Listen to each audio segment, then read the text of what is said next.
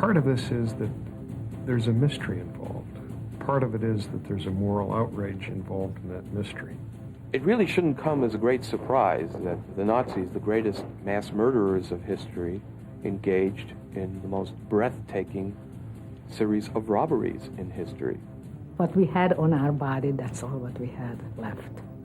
Everything was gone. The Germans, what they took from us, they deposited in Swiss banks. Also gold. Where did they take the gold from? Jewish thieves.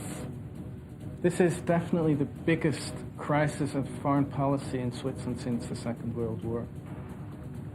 We are fully aware that nothing less than our reputation as an honorable country and reliable friend is at stake. What we're doing now is we're writing the last chapter of World War II and the Holocaust. I get absolutely furious when I think that people were making money on what happened at Auschwitz. That they should be offended because we are shocked by what we find, that's absolutely unconscionable. The irony of it is that Jewish money could have financed their war. We're talking about lots of money, lots of people, and now the question is, well, what happened to these accounts? Where did they go? They have the money. Nobody's going to tell me they don't have the money. This is an onion whose layers are to be peeled away.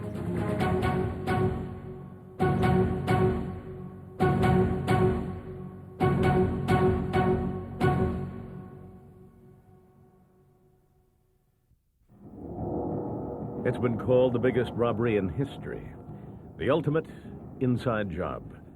In the 1930s, as Nazism began its evil spread, many European Jews smuggled their savings into Switzerland to safeguard family money from Hitler's reach.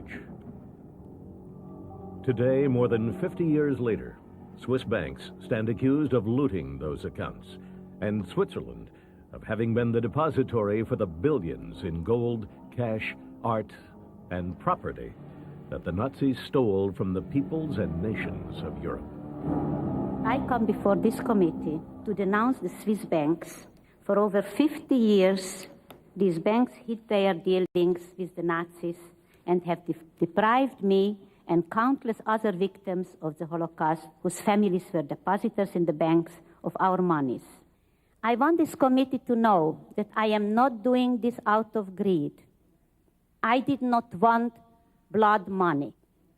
But this is my money, and the Swiss banks have no right to withhold it from me. What began as an effort by thousands of Holocaust survivors to recover their money has opened the floodgates into what is now a full-fledged examination of Switzerland's role during World War II. At issue before the Court of World Opinion is nothing less than Switzerland's honor and reputation as a neutral nation.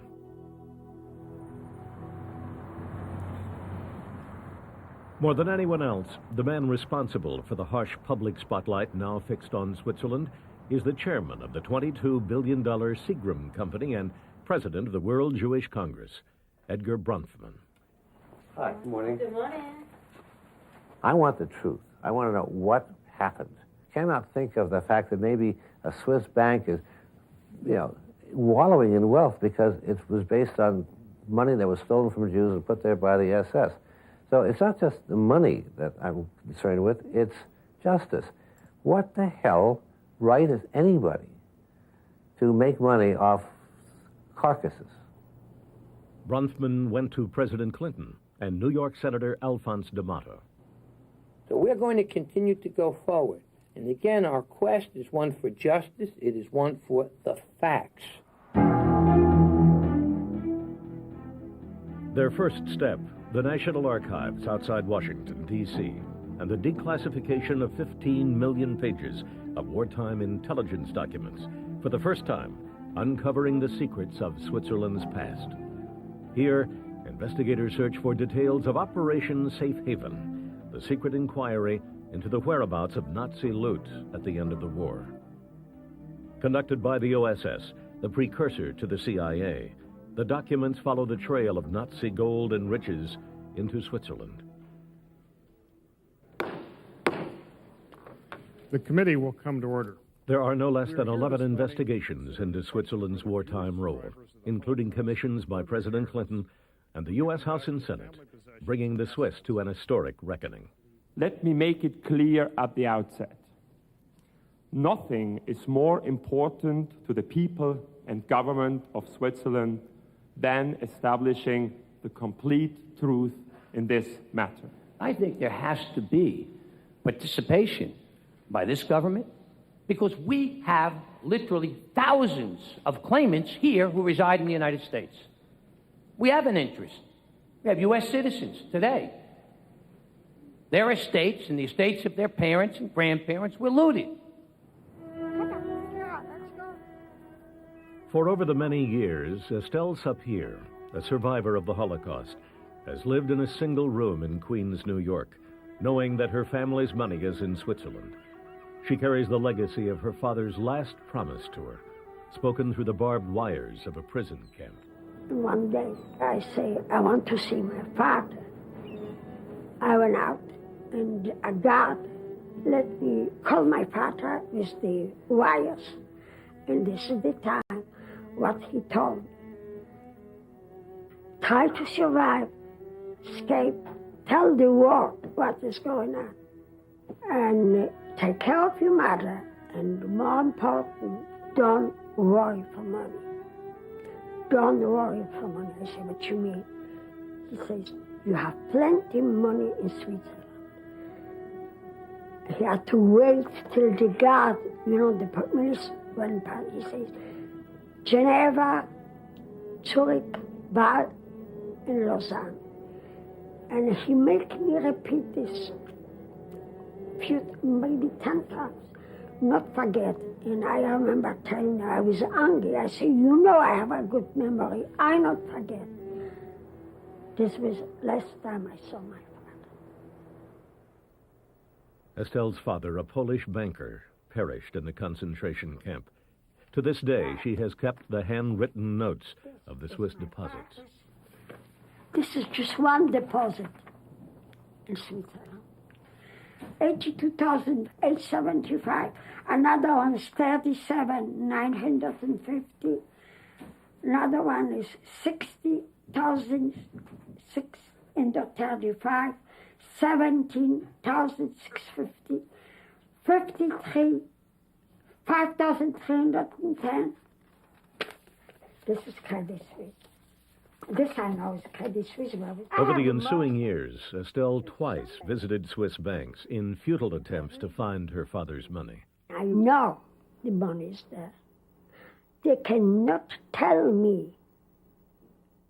When I'm talking to you, I see my father, his eyes, telling me, don't worry for money. There's plenty of money for you, for the whole family in Switzerland.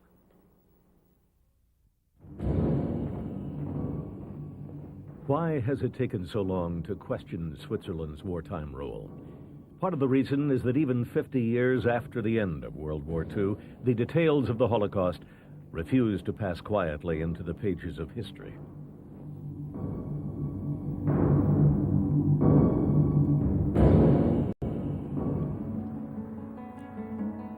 This last chapter of the Holocaust leads here, to Switzerland, a tiny country identified with wealth, physical beauty, and most of all, peace. A democratic nation, Switzerland's neutrality, buttressed by its impassable mountains, has allowed its people to sidestep hundreds of years of European turmoil. Orderly, tranquil, and well-run, Switzerland's legendary secret bank accounts have attracted capital from around the world. But beneath the surface of stability and wealth, the darker questions about Switzerland's past are beginning to emerge. The story of the Jewish money missing from the Swiss bank accounts begins in 1933, when Hitler's rise to power in Germany began to terrify Jews all across Europe, and when survival and secrecy became fatefully intertwined.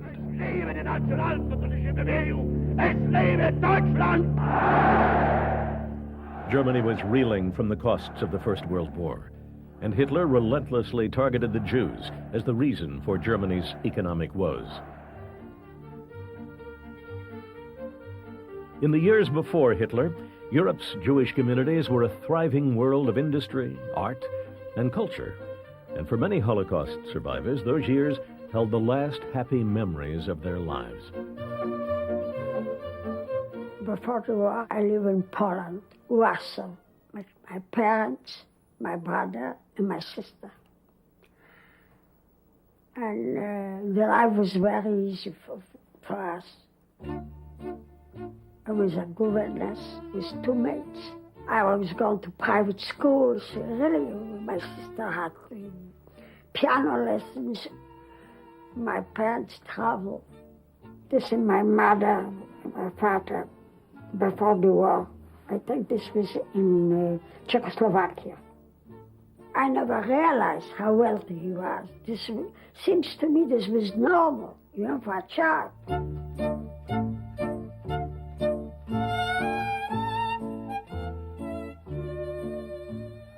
Well, this is a picture of my father taken in 1910. This was in the 30s, I believe.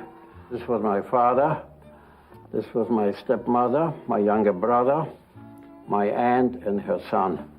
The family owned a lumber factory. Hitler began his persecution with anti-Semitic laws that systematically stripped Jews of their rights and their property. The Nazis drove Jews from their jobs, forbade them to have any money, threw their children out of schools, smashed their synagogues and businesses, and forced them to wear a yellow Star of David.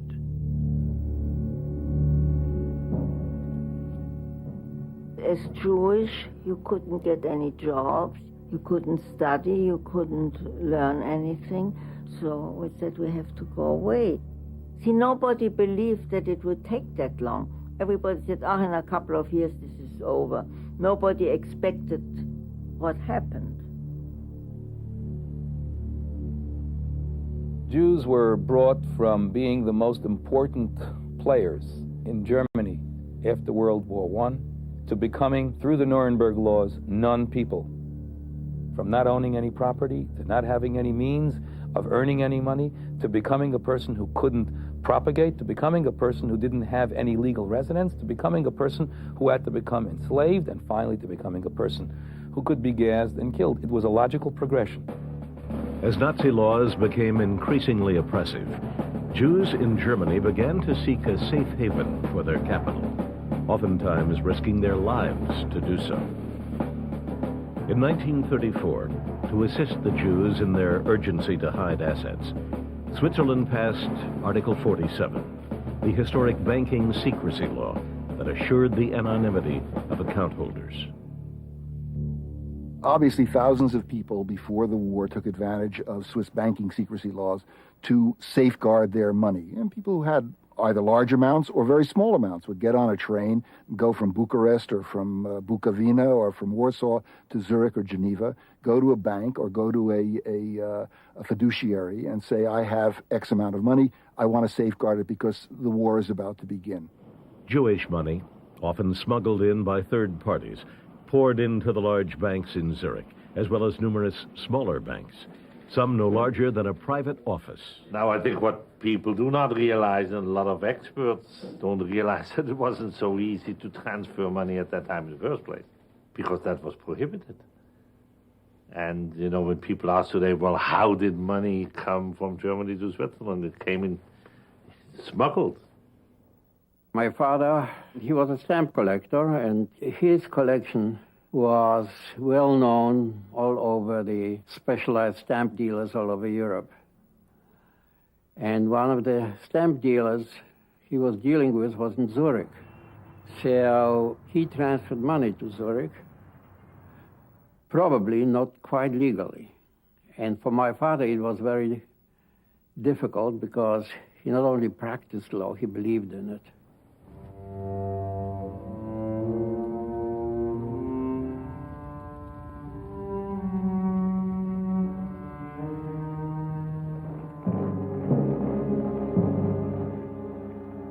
In 1938, Hitler annexed neighboring Austria to a welcoming parade.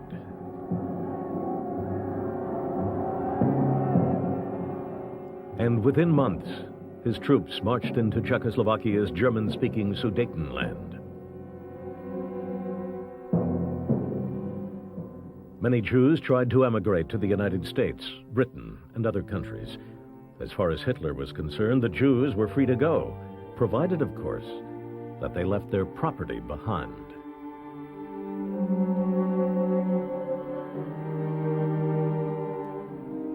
For the Jews, the problem was finding a country willing to take them in. The plight of Germany's Jews just before the war came to be symbolized by the shameful voyage of the SS St. Louis.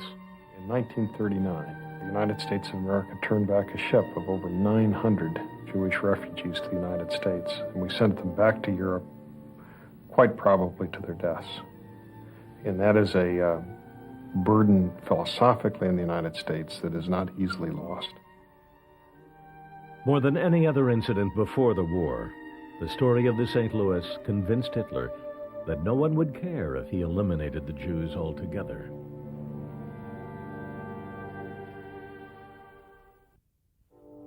While most European Jews were in fear for their lives, Switzerland's Jewish population, a small minority of 20,000, lived in relative security among the Swiss.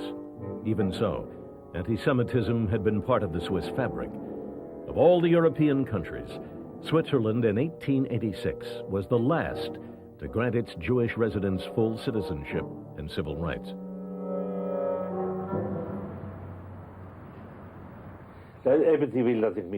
Hans Bayer, head of the family-owned bank Bayer, one of the few Jewish banks in Switzerland to continue operating through the war, remembers that they too were not exempt from discrimination. Of course, there was considerable anti-Semitism. I think it's a matter of record that my uncle and later senior boss was chairman of the Zurich Stock Exchange, and he was forced out for being Jewish. While Switzerland accepted Jewish bank deposits, Jewish refugees were not extended the same welcome.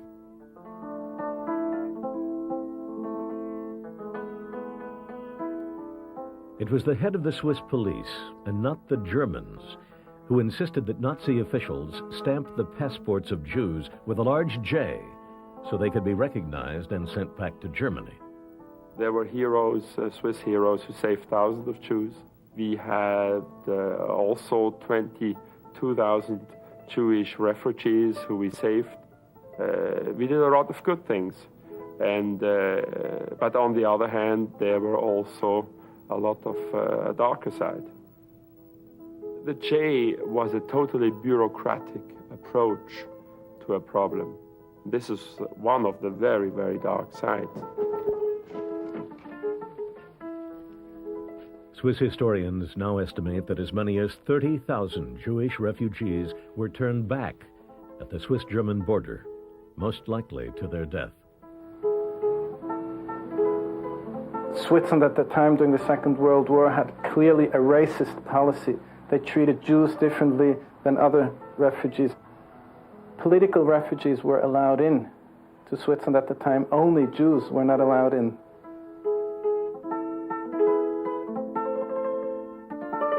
The few who managed to enter Switzerland paid huge bribes to border agents.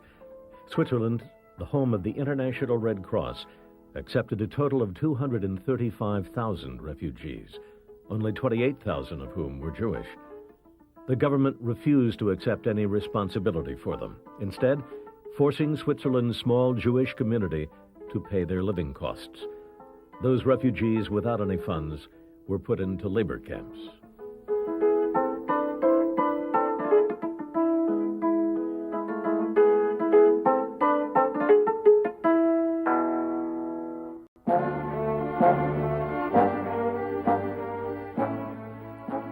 On September 1st, 1939, Hitler struck eastward, invading Poland and plunging Europe into its Second World War in only 21 years.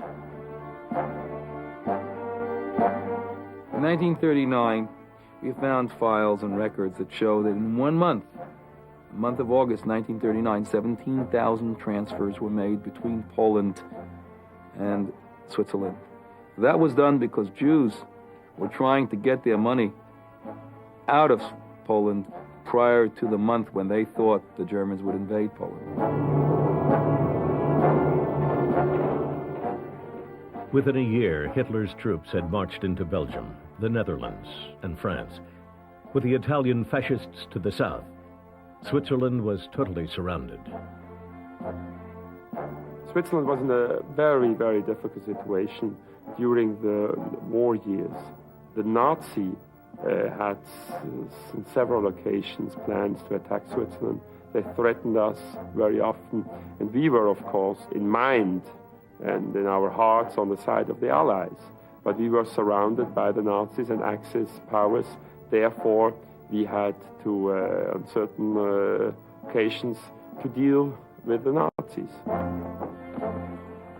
The Swiss were not in an enviable position. They were in the center of Europe. They were a very tiny country with a very efficient but very small army and no real way to resist an attempt by the Germans to invade them.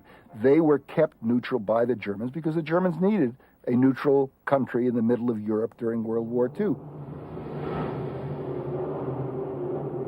Until today, we were taught in school that the Germans did not invade Switzerland because there was such a strong army, and they were afraid for technical reasons because of the high mountains, etc., to invade Switzerland. Today we see that the Germans probably did not invade Switzerland because they needed Switzerland as a money laundering and other type of financial transaction haven. During the war years, the Swiss government remained determined to preserve the country's political independence. As a neutral, Switzerland gave aid to both sides of the war. Switzerland was a major center for intelligence operations. Both sides were trying to find out what the other was doing, and obviously a neutral country is a wonderful base for mounting that kind of operation. The best known, I think, is the one that Alan Dulles conducted for the OSS. Switzerland not only offered the belligerents an intelligence base, but industrial support as well. Switzerland traded right through the war with both sides, not just with the Germans. The British, from 1940 to 1942, depended on Swiss parts in order to make the planes that flew in the Battle of Britain.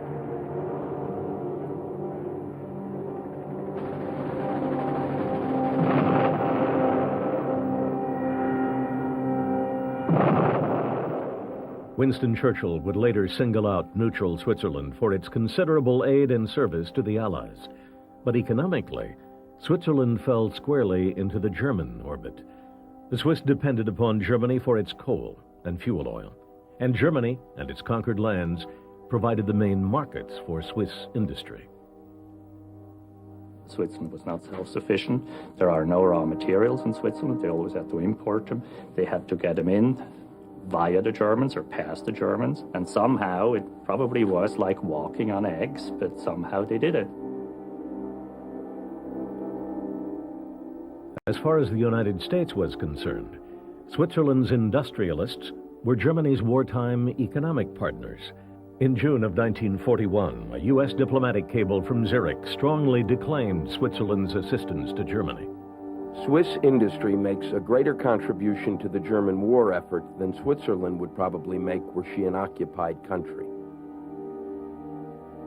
Most of the products Germany bought from Switzerland were machinery and equipment, requiring highly skilled technical expertise, like tanks and aircraft instruments. Even the watch industry switched largely to making timing and detonation devices, since there was little demand for civilian watches during the war.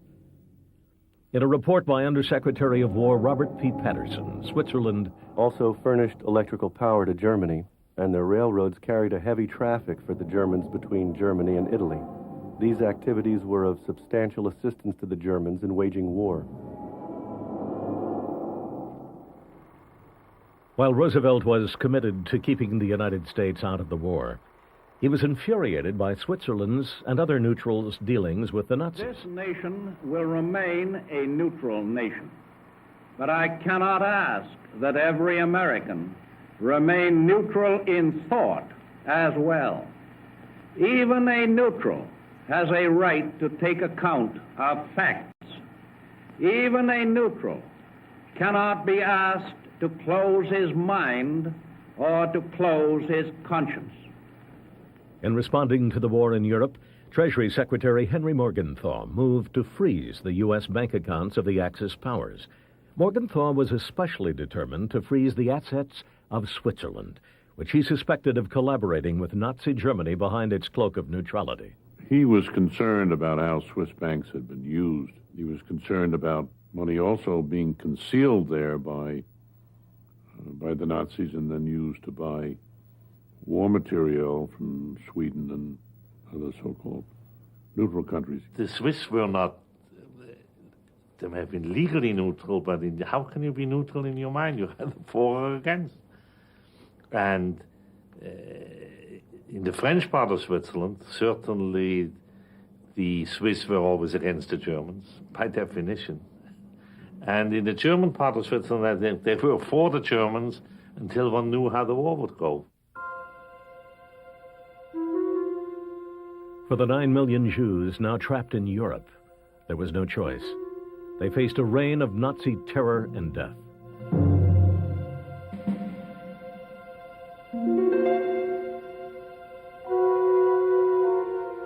I was in Warsaw when the war broke out in September of '39. I was under the Russians, not under the Germans, and I escaped from them to Lithuania. After the war, I sent a telegram to the last known address of my father in Wieliczka, and in reply I got a postcard. This was the first message about the death of my family. Odebraliśmy wczoraj telegram. He writes that my father was killed with 600 other Jews in the woods near Krakow. My stepmother, I believe, was also with him because everybody over the age, I believe, 45 or 50 was loaded on trucks and shipped into those woods.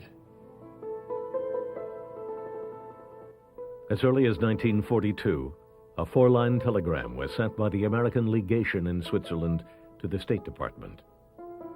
There is what is apparently a wild rumor inspired by Jewish fears that the Nazis will exterminate all at once, possibly with prussic acid, in the autumn, about 4 million Jews, whom they have been assembling in Eastern Europe.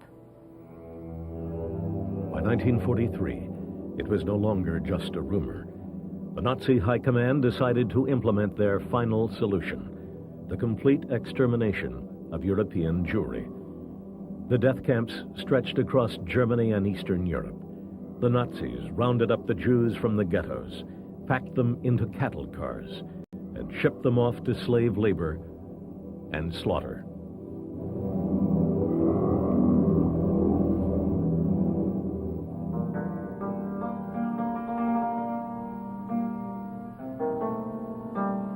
In Auschwitz, my mother was selected for work, and my little 9-year-old brother was pointed to go to the left, to the gas showers. So he was crying. So my mother took him in her arms and went with him into the gas showers. He shouldn't die alone.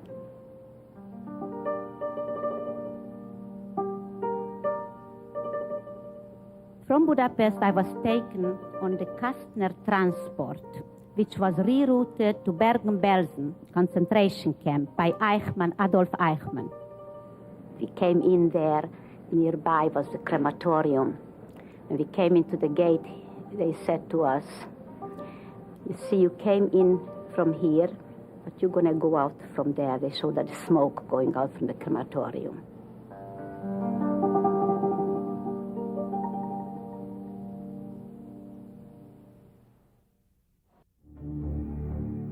Today in New York City, 2 tons of Nazi gold sits in the vaults of the Federal Reserve Bank. 4 more tons are in London, still awaiting return to its rightful owners. Recovered from Germany and Switzerland after the war, it is the last known Nazi gold plundered from the nations the Germans enslaved and the people they killed. Did the Swiss help the Nazis hide their gold? There seems no question but the government of Switzerland took gold from the Nazi government and kept it. Britain, the United States, and France have agreed to freeze the dispersal of this last 6 tons, in the growing awareness that melted into the ingots is the gold of Holocaust victims and Jewish property. I want to talk about the gold, and all the gold that the Germans stole from every bank in Europe and put in Switzerland and in other places. Because part of that gold was not bank gold. Part of that gold was the fillings from teeth, the rings, etc., of people who were killed in the Holocaust.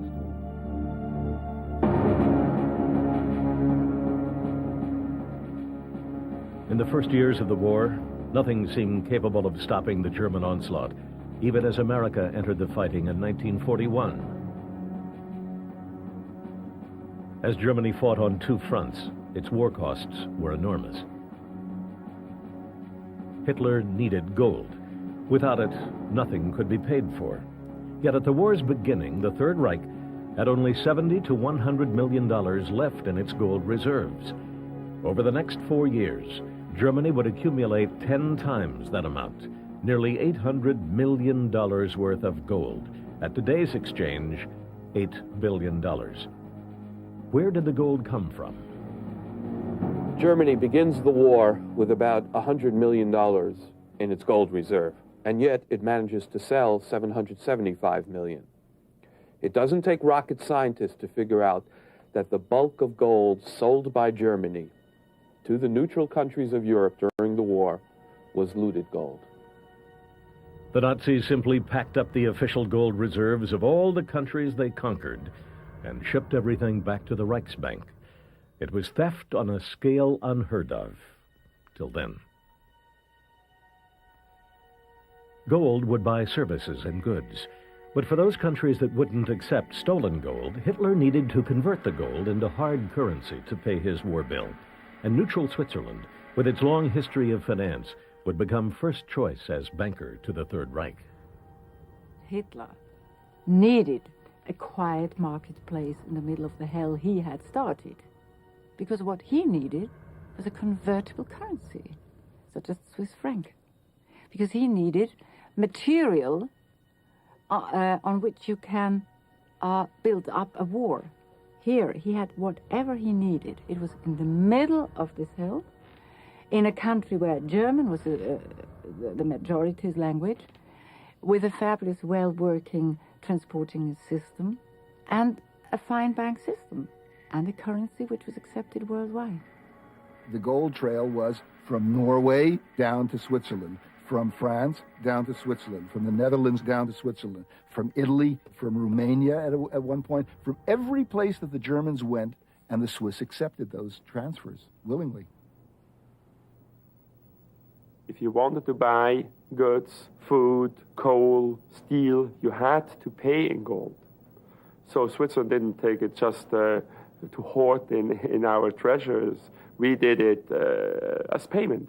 And we had much more gold transfer with the Allies than we had with Nazi Germany.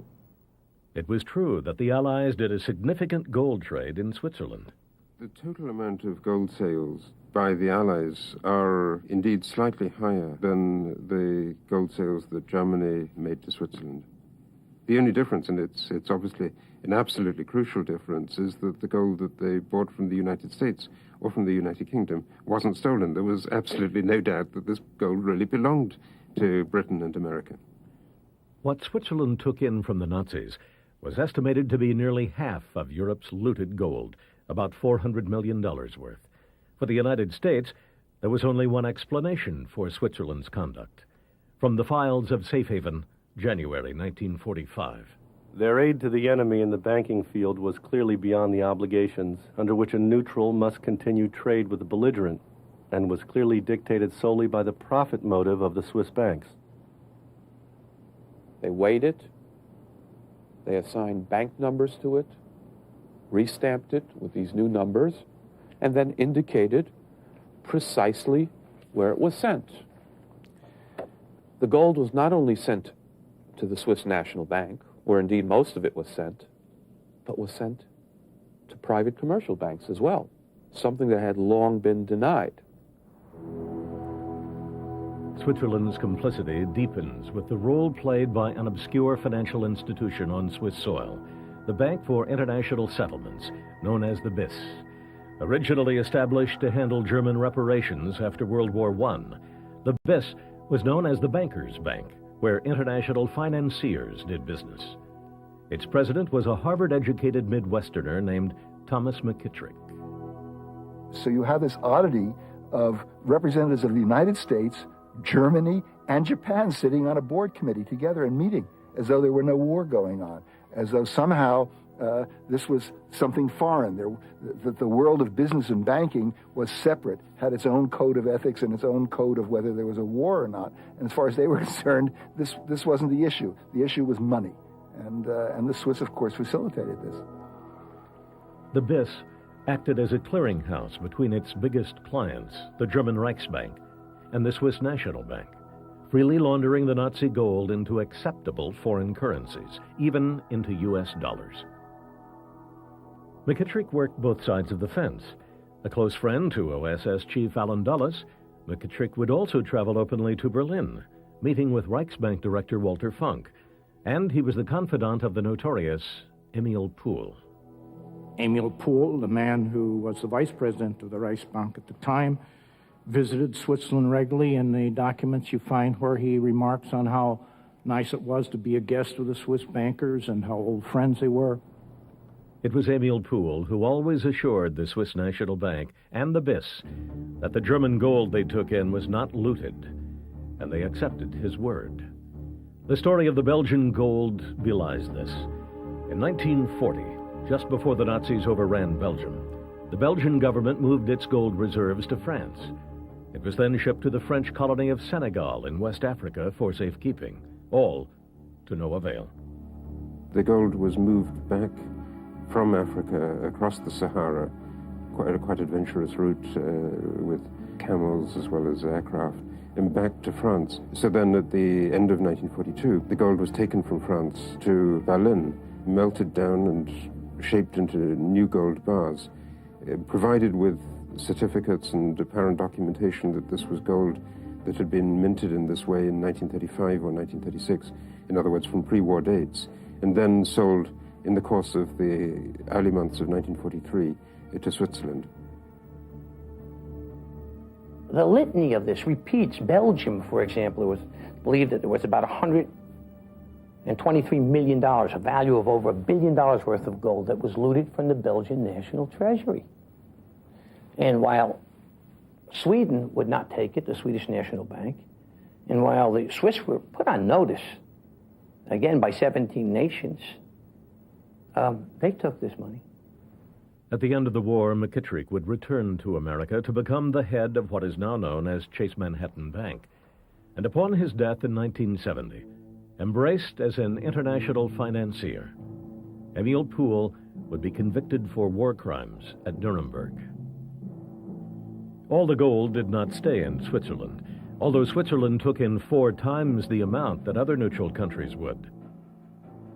The Swiss earned considerable commissions by shipping gold at the Reichsbank's bidding to neutrals like Spain and Portugal, where Germany would trade gold for essential goods. The method used to ship gold through Switzerland is detailed in a declassified safe haven cable sent by an Allied spy codenamed the Saint. Have contacted high-level Swiss who uncovered a trail of 280 truckloads of German gold bars sent from Switzerland to Spain and Portugal between May 1943 and February 1944. Total value estimated between 1 billion and 2 billion Swiss francs. Gold was shipped from account of Reichsbank and taken from vaults of the Swiss National Bank. Swiss national emblem appeared on every truck. When we released those documents, the Swiss said, oh no, that's not true. And then several days later they said, well, it wasn't 280 truckloads, it was only 70 truckloads of gold. The Swiss, as good bankers, would also extend $1 billion of credit to the Third Reich. When the Swiss National Bank wanted payment on this debt and Hitler ran short of gold, the Swiss would just tell him where to find it.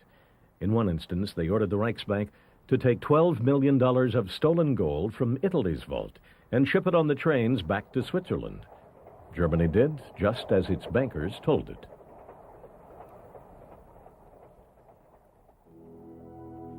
Of all the plunder that made its way to Switzerland, the most unspeakable of all was the gold that was pulled from the bodies of Nazi concentration camp victims. The SS shipped the horrific contents, plus looted Jewish jewelry and religious artifacts, to the Reichsbank. Testifying at the Nuremberg trials in 1946, Reichsbank official Albert Toms recalled that his boss, the infamous Emil Pohl, arranged to receive the first SS shipments to the Reichsbank in 1942. Some of the items bore the stamp Auschwitz. We all knew that those places were the sites of concentration camps. It was the 10th delivery in November 1942 that the first dental gold appeared. After that, the quantity of dental gold became unusually great. This is a monthly report from Dachau of the plunder of dental gold. And let's recall, we're talking about a place as awful as Dachau was. It's generally not called a death camp. It was a concentration camp. It wasn't Treblinka, and it wasn't Birkenau.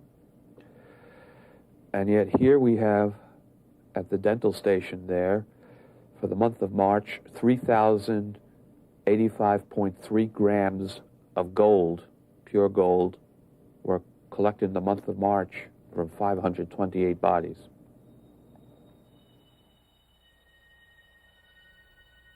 Sacks of gold fillings and wedding rings arrived at the Reichsbank under the codename Melmer.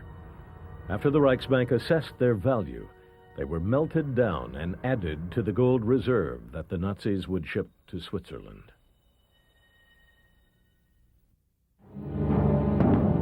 In a world turned upside down by the Second World War, it became the Nazis and not the Jews who were protected by Swiss neutrality. Nearly $1 billion of German investments were now in Switzerland. More than a dozen Swiss banks handled the German and Axis accounts, including some of the most well-known names in Swiss banking today. Credit Suisse, the Swiss Banking Corporation, the Union Bank of Switzerland, and the National Bank of Switzerland. Many German businesses were camouflaged as Swiss corporations. They tried to replace German nationals by Swiss nationals. They often changed the names of companies. They don't want the assets of those companies to be frozen in the United States, for instance, which they would have been if it had been clear that this was a German subsidiary. The most famous case of a German business hiding under a Swiss identity was that of I.G. Farben, the manufacturer of Zyklon B, the chemical agent for Hitler's gas chambers. As for the banks themselves, they became virtual safe havens for private German accounts. Adolf Hitler is suspected to have opened a Swiss account for the royalties of his book Mein Kampf. Field Marshal Hermann Goering, who stashed his personal fortune in accounts in Davos and Lausanne. Foreign Minister Joachim von Ribbentrop, and Nazi propaganda minister Joseph Goebbels. It's not clear exactly who had what. Hitler had an account, and Goering had an account. All these guys had accounts. They were stealing a lot of money for themselves and putting away a lot of money for themselves. And they obviously all opened accounts someplace that was safe, and the safest place to open these accounts was Switzerland, and they opened them under very often under false names. A special account under the alias Gustloff Stiftung, a martyred Swiss Nazi, was discovered in the records of the Zurich-based Johann Wehrle Bank. Nazis would deposit in this name millions of dollars in assets and property looted from Jewish businessmen. This fund disappeared with other German accounts when the Wehrle family transferred much of their banking to South America in 1946. Even the world-famous ballet shoe manufacturer was a beneficiary of the Nazi looting, acquiring shops in Germany confiscated from Jews. The ultimate irony was that Jewish money in secret Swiss accounts was stolen by the Nazis. The Swiss would help the Germans crack the secrecy laws and uncover hidden Jewish accounts. From the American consulate, Zurich, May 1945. From time to time, we have received reports to the effect that the Germans managed to place French-speaking ardent Nazis in the leading Swiss banks, the result of which, during the course of the war, the Swiss secrecy law worked only against the Allies and not against the Axis. The stolen wealth that the Nazis laundered through Switzerland was nearly limitless. There's a whole other side to this, which we're just beginning to think about. There were thousands of patents were held by Jews who had created this, that, and the other thing. They were simply expropriated by Germany. I mean, for instance, if the richest man in America, Bill Gates, had had his patents confiscated by somebody, people would have made billions of dollars. Now, who does that really belong to? One of the largest confiscations of Jewish property during the war took place in 1940, when the Germans overran Belgium and took control of the mostly Jewish-owned diamond industry in Antwerp, the diamond capital of Europe.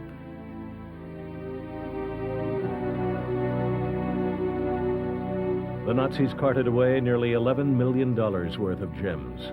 To cash in on their loot and to cover their tracks, the Germans dumped most of the stones in Switzerland and the remainder in Spain.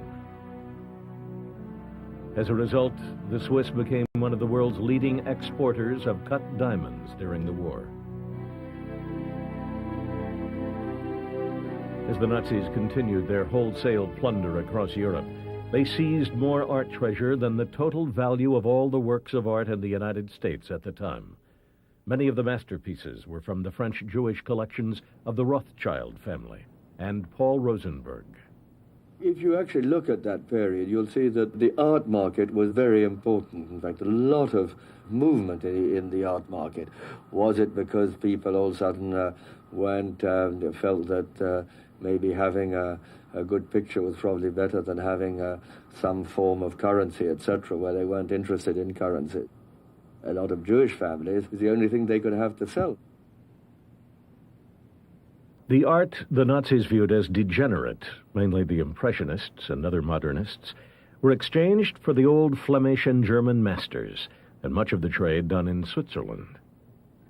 When Goering or Hitler had an old master that they wanted, they would pick a few of these and trade them, and sometimes not just a few, but they would give 15 or 20 Matisse and Picassos and things like that for one Titian, which was probably a fake. I mean, it was just an incredible business. And through this business of bartering and laundering, the number of these paintings ended up in Switzerland. There was one collector in particular, a very famous collector named Emil Bürle, and he quite knowingly bought these things. And in fact, he supposedly said, well, if I have to, if I get caught, then I'll just buy them again. And in fact, that's what he actually did after the war. Jews who lived in Switzerland continued to be protected from Hitler's reach. For the others, Jewish refugees, it was still a bitter experience. In the macabre story of the Kastner transport, Eichmann ransomed Jewish victims for money, pulling them out of the gas chambers of Bergen-Belsen and then sending them to Switzerland. Alice Fisher was one of the Kastner survivors, taken to a hospital in Switzerland. When I came to Switzerland, they called me only, not by my name, Flüchtling. Flüchtling is a refugee in German. And they blamed the whole war on the Flüchtlings. They couldn't get enough chocolate. Chocolate was no rations. I come from the concentration camp, you know what I saw there. And they were complaining everything is the refugees' fault.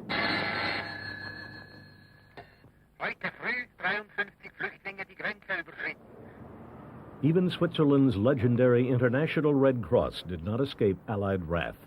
Despite heroic efforts to provide relief to prisoners and refugees and to locate the dead and missing, the Allies would fault the Red Cross for its supervision of American prisoners of war. January 19, 1945, from Secretary of War Henry Stimson to the Secretary of State. I have recently received reports that the Swiss government is not acting vigorously as a protecting power in protecting the rights of American prisoners of war in Germany. The Swiss government is more interested in retaining German goodwill than in properly protecting American prisoners under the Geneva Convention. Only this year, the International Red Cross apologized for their insensitivity toward Jewish victims of the Holocaust, admitting they had entered Auschwitz, learned of the gas chambers, and reported nothing. What they done was unbelievable, and this I was present there. Were coming into the hospital. They would give first for every Catholic child food, some bread or biscuits or a piece of chocolate. The Jewish children, what was left over, they've been given to the children. And one time I say to one from them, I say, you know, what difference a stomach for a child don't know is Jewish or Catholic. It's just a baby.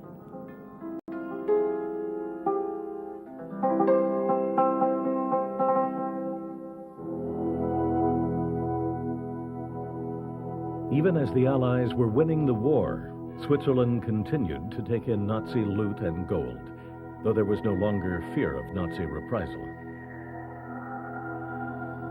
Uncovered by investigative reports, deep in Switzerland's own National Archives are details of at least 3 shipments of gold ingots to Switzerland in 1 week by Romania's fascist government, an attempt to keep it from the Russians.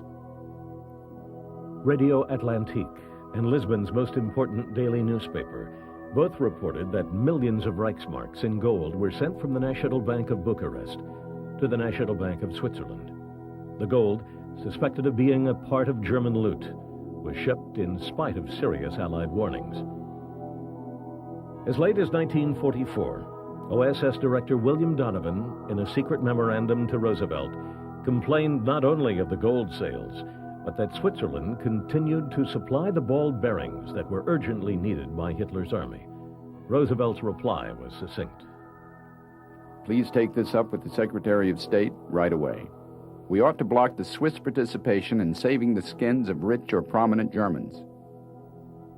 A refusal of the Swiss to heed these warnings may have led to the one bombing of Switzerland by the Allies in 1944, targeting the ball bearing plant in Schaffhausen. Nobody really knows why American planes bombed Schaffhausen. There's still quite a mystery about this. Some people say that it was an accident.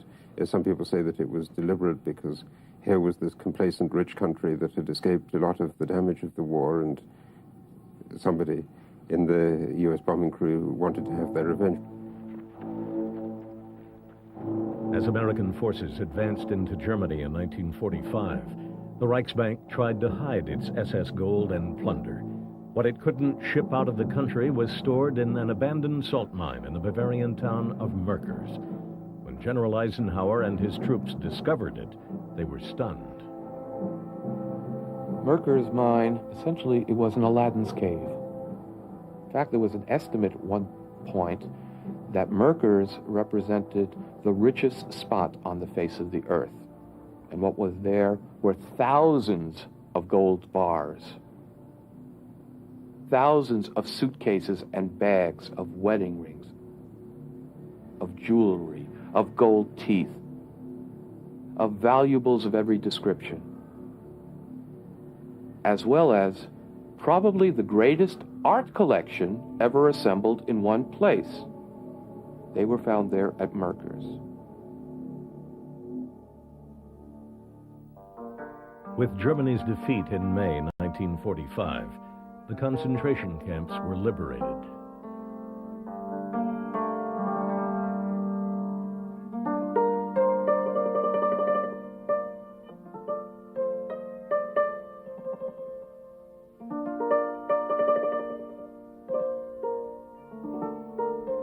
More than 11 million people had died in these factories of death. The Nazis had succeeded in murdering 2/3 of the Jews of Europe. 6 million men, women, and children.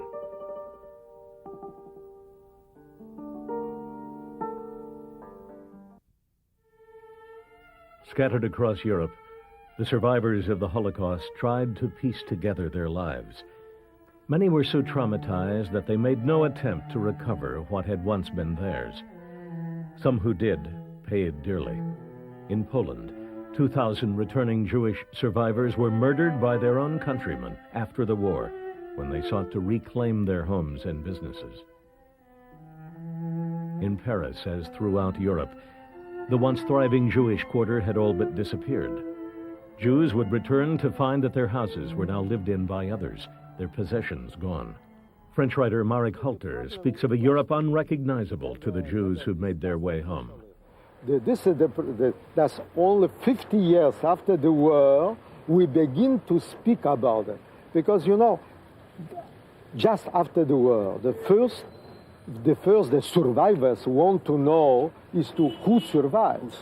Who survived. Nobody thought that apartment is important and money in a bank is important.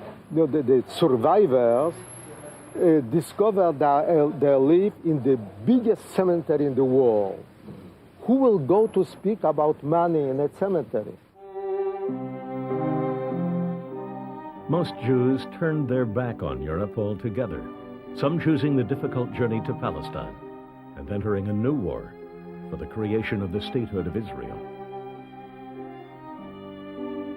For the Jews who crossed the Atlantic to America, alone, or with the few family members who survived the war, the charity of refugee agencies would sustain them through the first impossible years after the Holocaust. Slowly, the survivors began to think of justice and recovering what rightfully belonged to them or their murdered relatives. In 1947, when I was 18, I got married. After I got married, my uncle Zygmunt Brown told me that in 1939, my father had begun depositing money in banks in Switzerland and in Paris in fear of the Nazi persecution. But in 1960 already, we started to inquire, and we found a lawyer, and we told him what happened, and he hired another lawyer, and the two of them were able to get the money out of Paris. But the Swiss, they couldn't get near. What do you mean? They couldn't get any information out of them. They tried, and it was just useless. So they dropped it. So I took the money, what I got from Paris, and that was it. Much of the difficulty lies in proving claim to the accounts. With bank books and deposit slips lost during the Holocaust, little evidence remains of their family's money. Banks even ask survivors for death certificates of relatives killed in concentration camps, or have charged costly fees to conduct searches. And there are instances where people have come with the details, with even instances where people came with receipts and said, you know, we had this money, where is it? And the bank's answer very often is, we don't know what happened to it, or we can't find it. Like Veronica Katz, Estelle Sapir had no difficulty in recovering the family's money in England and France. Again, it was Switzerland that would prove difficult. In 1946, I went to Switzerland, to Geneva, and went to Credit Suisse. And I went in, and I said to the lady, and I told her the story. And she left. She said, you wait here, and I'll come back to you. 10 minutes later, she comes back. She had my paper, what I give her. She had her whole chart in her hand. And I saw his written G. Sapir, Joseph Sapir. And I asked her, this is my father's account. She don't answer me. She says, you have to wait here. A man, maybe 10 minutes, he come out, a man. And he asked me, you the daughter? I said, yeah. You have proofs? I said, sure. You have a death certificate from your father? I said, what is a death certificate? He says, when somebody dies, you have to have a proof he's dead. Equally discouraging was Louis Sultan's return to Switzerland. After the war, first time I went to Europe in 1947. In Zurich, I went to that stamp dealer, and I said, do you have any record of how my father paid you? And they answered, where is your father's collection? I said, well, where everything else went. No, we don't have any records. Obviously, they didn't want to get into it. From there, I went to the three main Swiss banks, and I asked the same question. Does my father have an account with you? Almost an identical answer from all three of them, from the three banks. We cannot tell you. We have bank secrecy. But if you'll come in the afternoon, I'll nod my head, yes or no. If it's yes, you can go through the proper legal channels. All three said no. Once more in 1954, Estelle Sapir attempted to retrieve her father's accounts. This time I say, I'm going very strong. And I went into the bank, what I find for my father. The sad story. I can do nothing for you till you not give us a death certificate. And I say, well, you want me to wake up Hitler? Mengele, I cannot find them. Hitler and Himmler, they were dead. And when I ran out, I was crying. I could not stop screaming and crying. People stopped me. They've been very nice. But this man in the bank, he had not a heart. For me, he was a Nazi. Swiss response to stolen Jewish artwork was also one of indifference. It took Paul Rosenberg 10 years to recover the many Impressionist paintings known to be in Swiss galleries, and even then it took an OSS investigation and a court trial. After the war, Rosenberg really went on a crusade to get his things back, and the Swiss government was really not very cooperative at all. They kept saying well, they would make a commission to look into it, but there was never any Swiss commission which looked into this. And when the OSS was withdrawn, the whole investigation stopped and nothing more happened. And I think this happened with almost everything, that as long as Allied pressure was kept up, certain results were achieved, but as soon as it stopped, then the whole thing died down. The Swiss, however, demonstrated a far different attitude toward Nazis with bank accounts in Switzerland, and who were now trying to flee to South America. Despite Switzerland's promise to freeze German assets, Nazi money and gold made its way across the Atlantic by diplomatic pouch, bank transfer, and even submarine to South America, especially Argentina. It was deemed the greatest exodus of capital in history. And this population of Eichmanns and Mengeles didn't come there because they liked the climate or they wanted to learn how to tango. They came there because that was an environment that welcomed them, and they welcomed them because they paid for their welcome. In one of the communiques, there's talk about $20 million worth of bullion, and that was back in the 40s, $20 million in the 40s being taken by submarine to Argentina. The Swiss didn't stop with just helping the Nazis transfer their loot out of the country. Safe haven records make it clear that Swiss authorities helped the Nazis themselves to escape. The Swiss government was not only anxious to get rid of German nationals, but also to make sure they made a considerable profit. German nationals paid Swiss officials as much as 200,000 Swiss francs for the temporary residence documents they are required to have. The Nazis were then booked by Swiss Air on the Dutch Airlines, KLM, and flown to South America, to safety and even prosperity.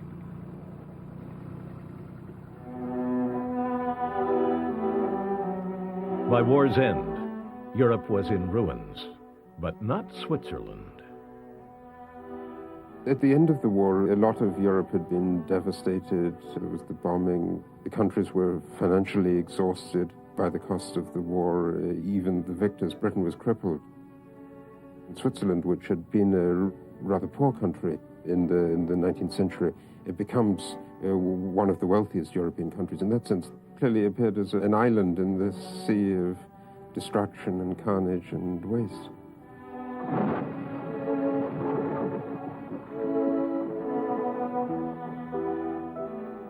The Western Allies were determined to track down all the looted gold, and with it, begin the process of rebuilding Europe.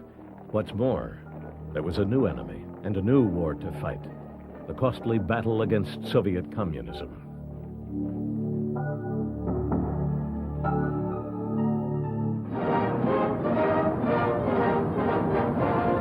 Arrival at a Berlin airport of delegates to the tripartite conference. Mr. Truman is the first American chief executive to set foot on German soil since Woodrow Wilson's visit after World War I.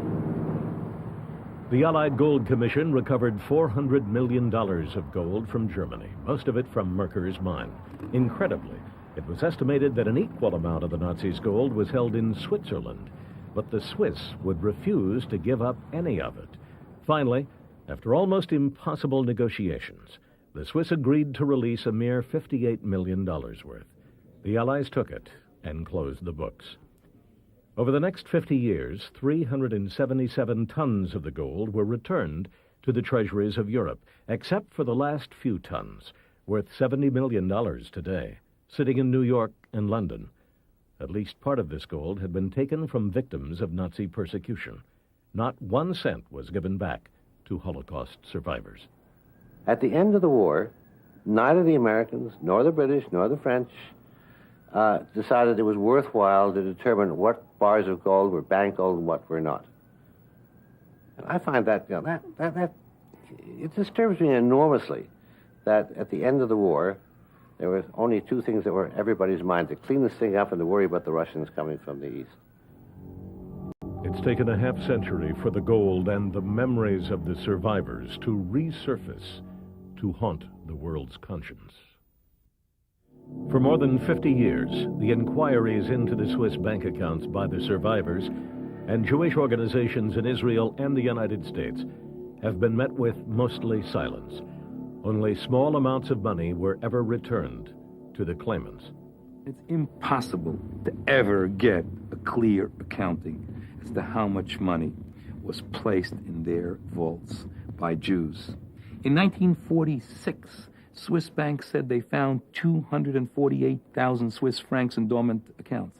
In 1949, they found 309,000 Swiss francs in dormant accounts. And in 1962, they found 2 million Swiss francs. Those figures should make it very clear that it showed the lack of sincerity of the methodology. Then Edgar Bronfman came to Switzerland's door in an effort to finally get a clear accounting of the Jewish money. Bronfman met with the Swiss in September of 1995. The president of the Swiss Bankers Association, George Cryer, instead offered Bronfman a deal, a settlement for all unclaimed Jewish accounts, $32 million, no questions asked. Here I had to make a giant decision.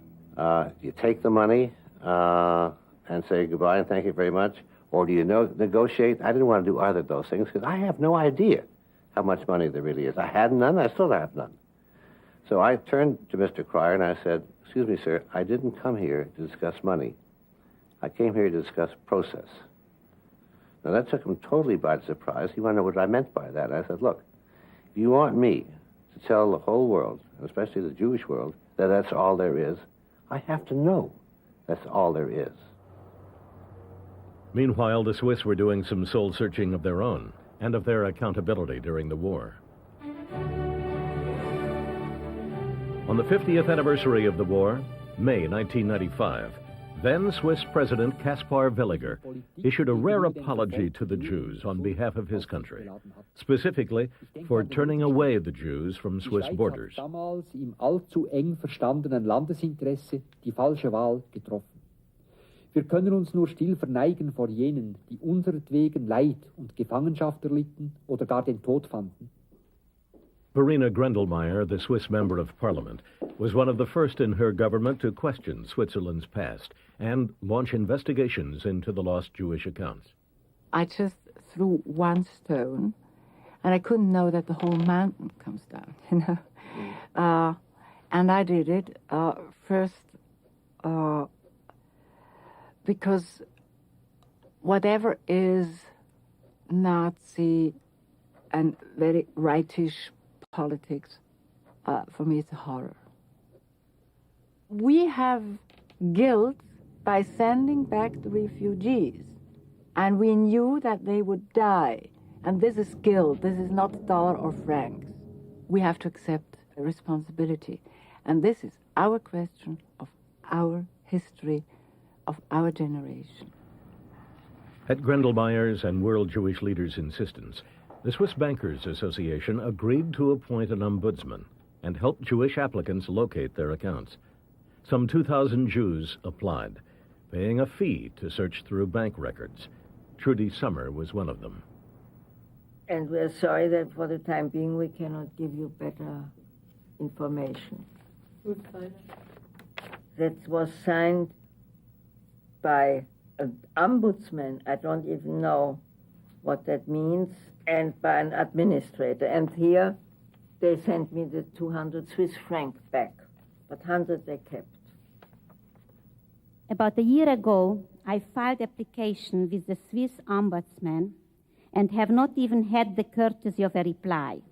I heard about a lawyer in Basel, and I authorized him to search in the banks. And every bank wants money. And he asked for more and more money. We couldn't afford sending so much money. So I saw that the information is that there is no information. So for this I have to pay. So I stopped the search. I don't want to be the rich lady in the cemetery. I want to at least have a life. All my life, I sacrificed for the family, for everybody. Now, I have nothing. After a year's inquiry in November of 1996, the ombudsman announced he had located a total of only $8,800 in all the claims submitted to his office. When the Swiss banking ombudsman, having received some 2,000 queries, reports that he has found only $8,000 in accounts, it is not merely pathetic, but an indictment of his methods. Indeed, fees he charged Holocaust survivors and the families of Holocaust victims to process their claims far exceeds the $8,000 he found. Unsatisfied with the results of the ombudsman's search, Gisela Weishaus filed suit against Swiss banks to reclaim her family's assets. 16,000 claimants have joined 2 class action suits on behalf of Jewish survivors, demanding a total of $20 billion.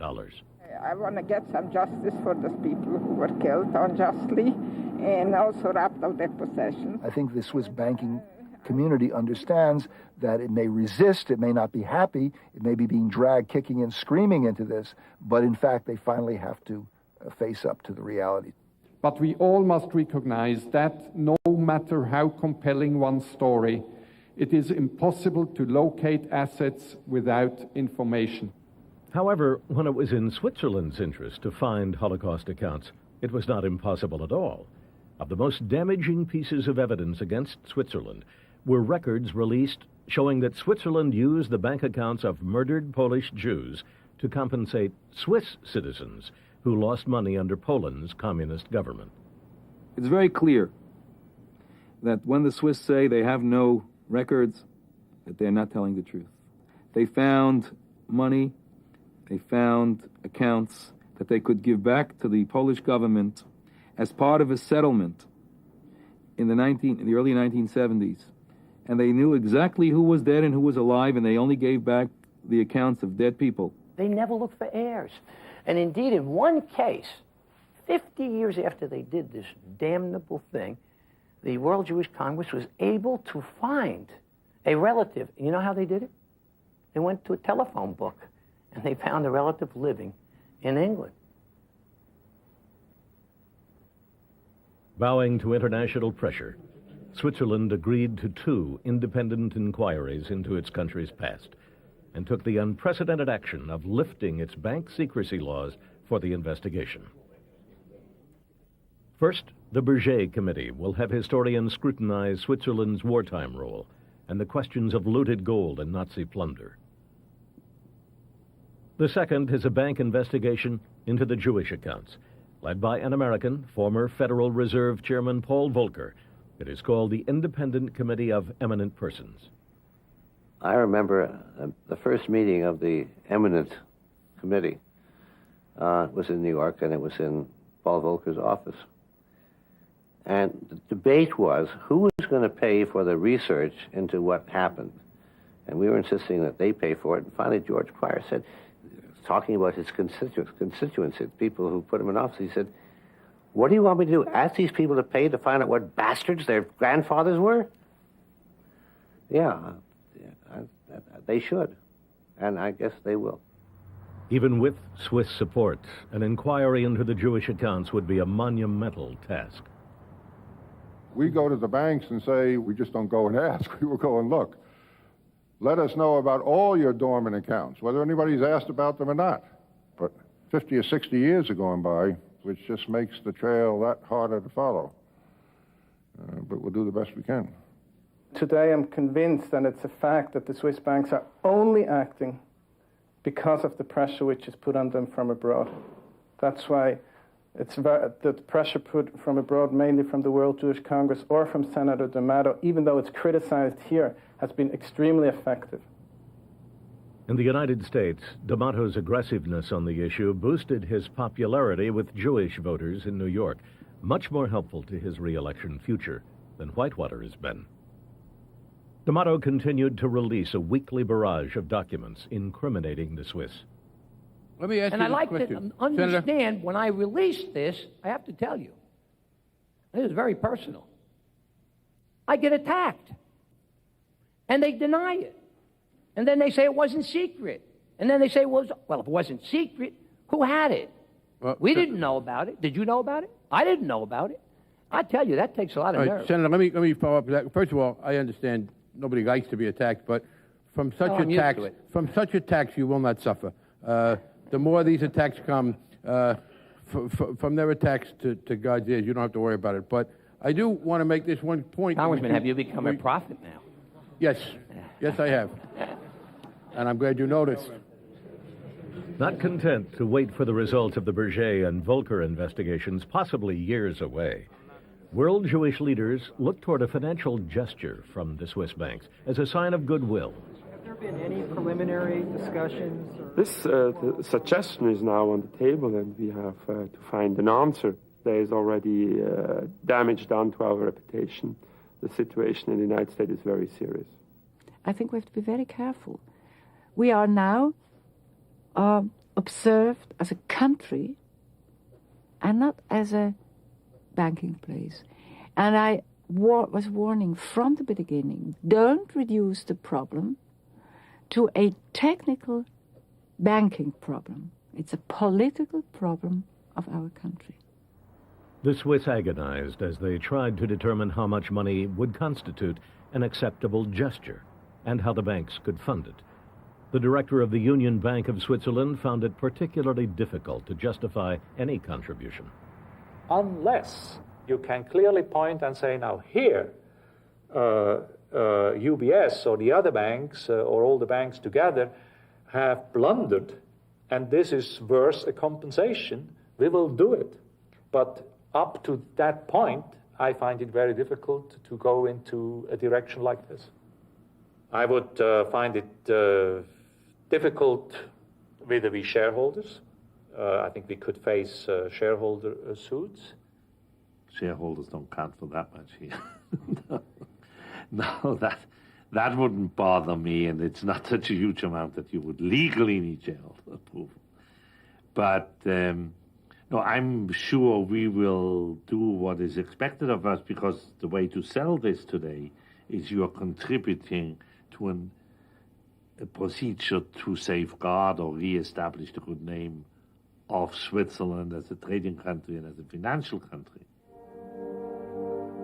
The Swiss banks obviously are image-wise under attack. I think they would like this problem to go away as quickly as possible, and they are also ready to ante up some money just to make it go away.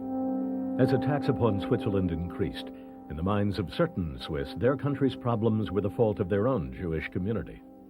The discussion about anti-Semitism has increased tremendously. Every major newspaper is bringing lead articles on this topic. There is definite tension between being a Jew in this country at the moment and at the same time being a Swiss citizen.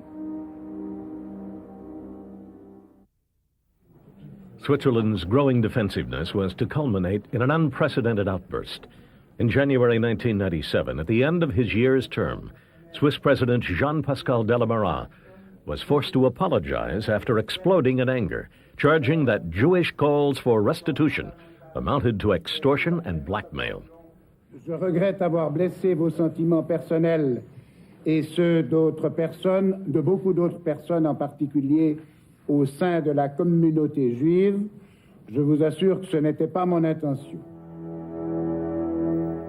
Stung by his anti-Semitic remarks, Jewish leaders assembled over lunch in New York to discuss an appropriate response.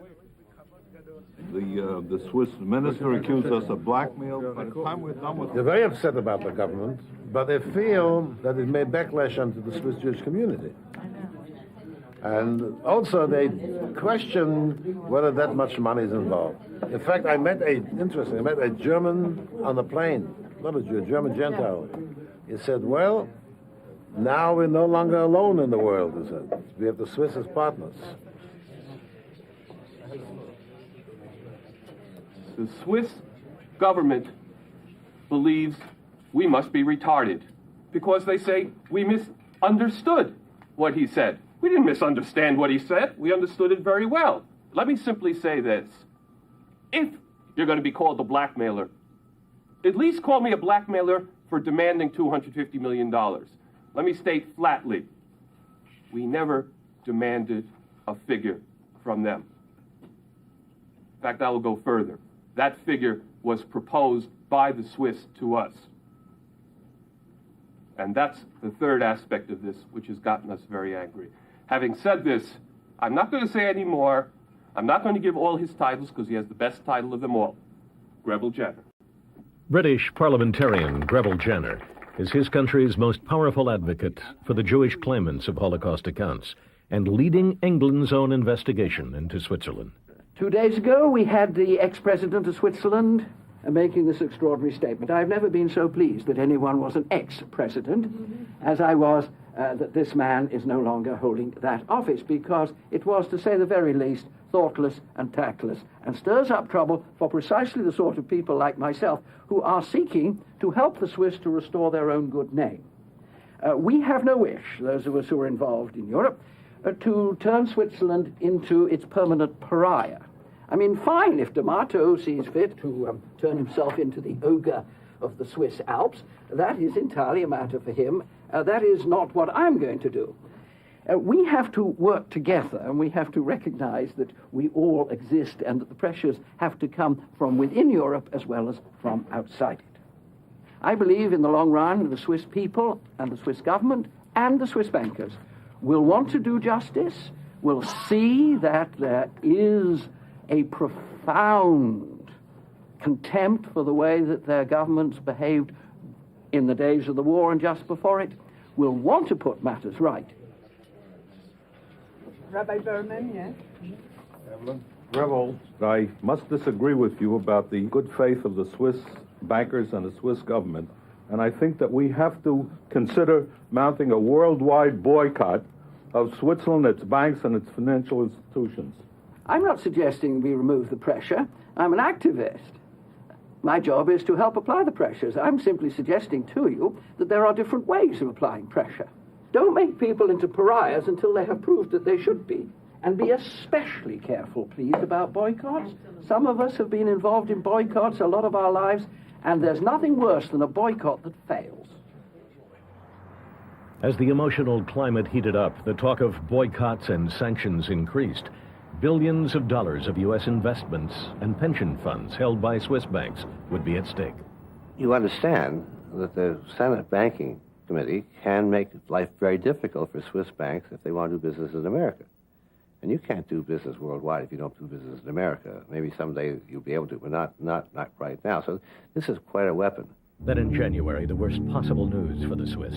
In Zurich, a security guard at the Union Bank of Switzerland discovered the bank was shredding wartime documents of a smaller bank it had absorbed in 1945, the Eidgenössische Bank. The guard turned some rescued pages over to a local Jewish organization. Calling the incident a regrettable mistake, bank officials insisted nothing important had been destroyed. But the security guard was fired. Well, it is a catastrophe. I consider it to be a catastrophe. for most probably, very little or nothing. But given the emotions we are all in, this is very damaging to our credibility. There's no question about that. What happened, the destruction of the documents is stupid, despite of the fact that we don't think it has any relevance. The documents which were destroyed came all from that tiny bank today, which isn't really a bank anymore. Contrary to Studer's disregard for the so-called tiny bank, UBS doubled in size at the time of the merger, and safe haven records show that the Eidgenössische Bank was one of the top 10 in Switzerland to take in German investment during the war. UBS admitted to shredding hundreds of pounds of documents. Understandably, the response from the Jewish world was one of alarm and condemnation. In 1997, when a Swiss bank shreds records that describe transfers from a bank which was taken over by a Swiss bank in 1945, that describes events that took place in the 1930s in Germany, this is nothing which can be defended under anybody's morality, because there's no one standing outside of Switzerland threatening to invade Switzerland in 1997. In 1997, there is no Germany that surrounds Switzerland. It's just plain avarice. The Swiss ambassador to the United States resigned after details Switzerland's of a ambassador report to the United States, Carlo Giagmetti, resigned after it was reported that he urged Switzerland to wage war against Jewish groups and other critics. Giagmetti's resignation was devastating. In the battle for world opinion, Switzerland had lost. Within a week, Switzerland's largest banks, including the Swiss National Bank, along with Swiss businesses, established a Holocaust fund of $200 million as a gesture of goodwill. Then the stunning proposal of a $4.7 billion fund for Holocaust victims, this one to be created by the Swiss government. Edgar Bronfman and other Jewish leaders hailed the decision. The bad news is they may have shredded some really meaningful records. The good news is they made themselves look so awful that they had to do something really drastic to turn it around as creation of the two funds. I think we had I think it's a historic moment, because I think what was getting a little out of hand and a little perhaps overly emotional is now, I think, somewhat back on track, and hopefully it'll stay this way. A spirit of cooperation and determination to find the truth. As Switzerland awaits the verdict of history, the Jewish survivors of the Holocaust hold on to the hope for justice. I feel here the wings of history, the wings of memory, and the wings of justice in this room. I can see here the shadows of the millions who perished, whose bones are scattered all over the world. In the thousands of communities, all that is left are little circles on the map of Europe, and the few remnants scattered all over the world. We, the survivors, represented here in this corner, speaking on behalf of all of them throughout the world. I see the shadow of my mother, whose ring, golden ring, was forcefully pulled off by a Feldwebel of the SS Gendarmerie in a little town, Evie, in White Russia. Our deepest gratitude to all of you people who did such a marvelous job. The spirit here is overwhelming, it's heartwarming to see finally that even the Swiss government is responding to us. Gentlemen, please do justice. Our numbers are diminishing. Our people are old and frail and sick, and they need support. God bless you for all your efforts. I still go fight to my last minute. This is not just the money. This is life. This is for these people. The last few years when they have to live, let them have a little bit better. Just not give up.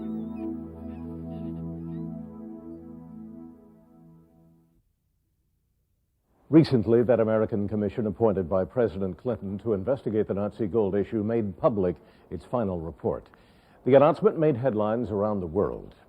The commission, headed by Stuart Eisenstadt, the Undersecretary of Commerce, confirmed that the Nazis did loot countless European banks, and much of that money went directly into Swiss banks.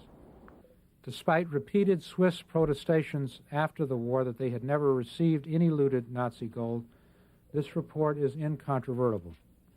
The Swiss National Bank and Swiss bankers knew as the war progressed that the Reichsbank's own coffers had been depleted and that the Swiss were handling vast sums of looted gold.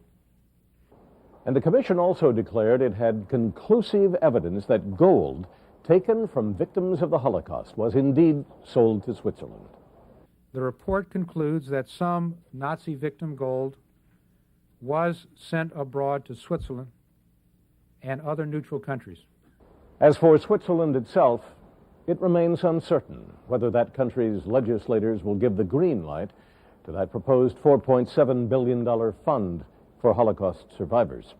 And no one can predict, after the past few years of devastating revelations, what will happen to Switzerland's longtime image as a neutral country. As one member of the Swiss parliament argued, if it weren't for his country's collaboration with the Nazis, World War II would have been over much sooner, and millions of lives would have been saved.